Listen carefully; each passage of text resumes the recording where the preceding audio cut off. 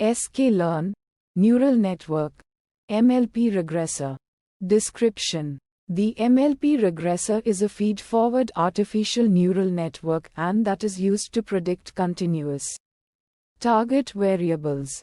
It is built upon the principles of multi-layer perceptrons MLP, where interconnected nodes neurons are arranged in layers. These layers include an input layer, one or more hidden layers, and an output layer.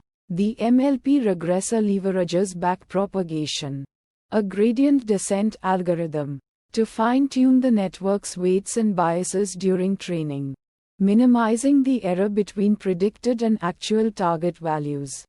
Inputs: X. This is a 2D array representing the training data with features.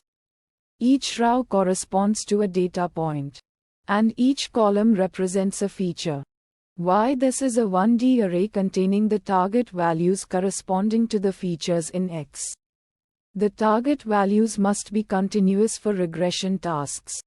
Outputs: YPRED. A 1D array containing the predicted target values for the given input features. Model: a trained MLP regressor object that can be used for further predictions. Steps: data preprocessing. The input features are often scaled or normalized to improve training stability and performance. Network architecture design. This involves specifying the number of hidden layers, the number of neurons in each layer, and the activation functions used for each layer. Weight initialization. The weights connecting neurons are initialized randomly or with specific strategies to break symmetry and improve training. Forward propagation. Input features are fed through the network, and values are calculated at each neuron based on activation functions and weights. Backpropagation. The difference between predicted and actual target values is used to calculate an error gradient. This gradient is then backpropagated through the network, adjusting weights and biases to minimize the error. Training. The forward and backward propagation steps are repeated iteratively until a satisfactory level of convergence is achieved, meaning the model's performance on the training data stabilizes. Metrics: mean squared error MSE. This metric calculates the average squared difference between predicted and actual values. Root mean squared error RMSE. This metric is the square root of the MSE, providing a measure of error in the same units as the target variable. R squared R2. This metric represents the proportion of variance in the target variable that is explained by the model. A higher R2 indicates better predictive power. Visualization plots. Learning curve. This plot shows the model's performance, e.g., MSE on both training and validation data as the number of training epochs increases. It helps assess overfitting or underfitting.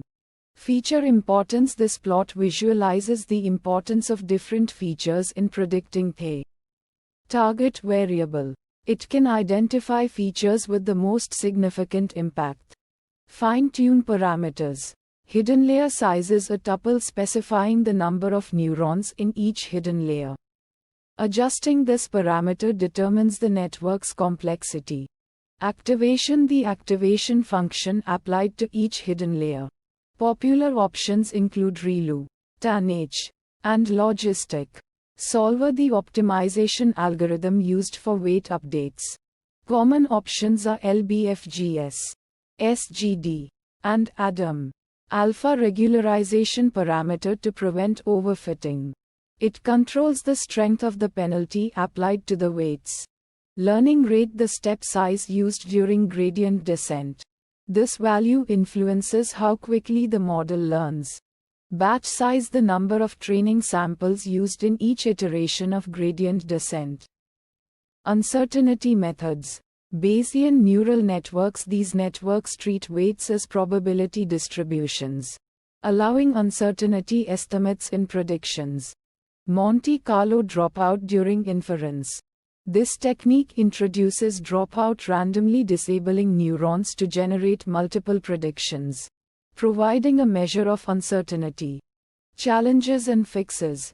Challenge 1: overfitting. The model performs well on training data but poorly on unseen data.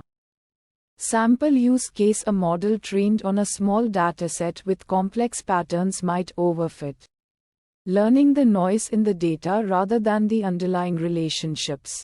Fixes.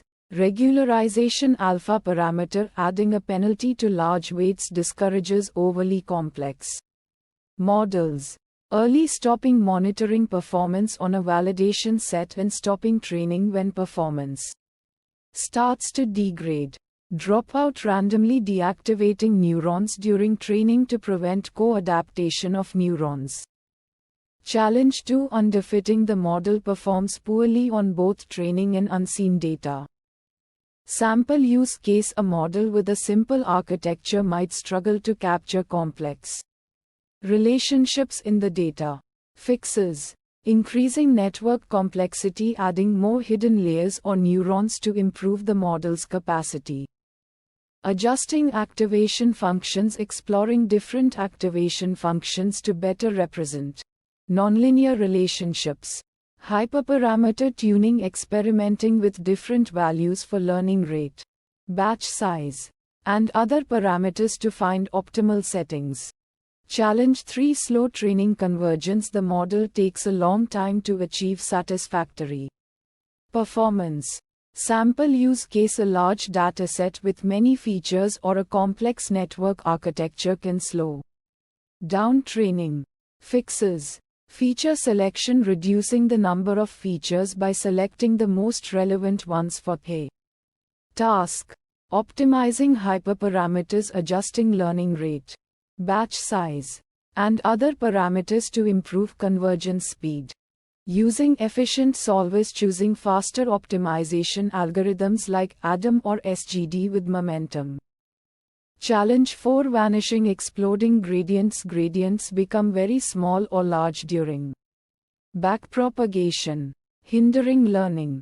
Sample use case: deep networks with many layers can suffer from vanishing or exploding gradients, especially with certain activation functions. Fixes. Using appropriate activation functions, choosing functions like ReLU that avoid saturation in certain ranges. Gradient clipping, limiting the magnitude of gradients to prevent them from becoming too large.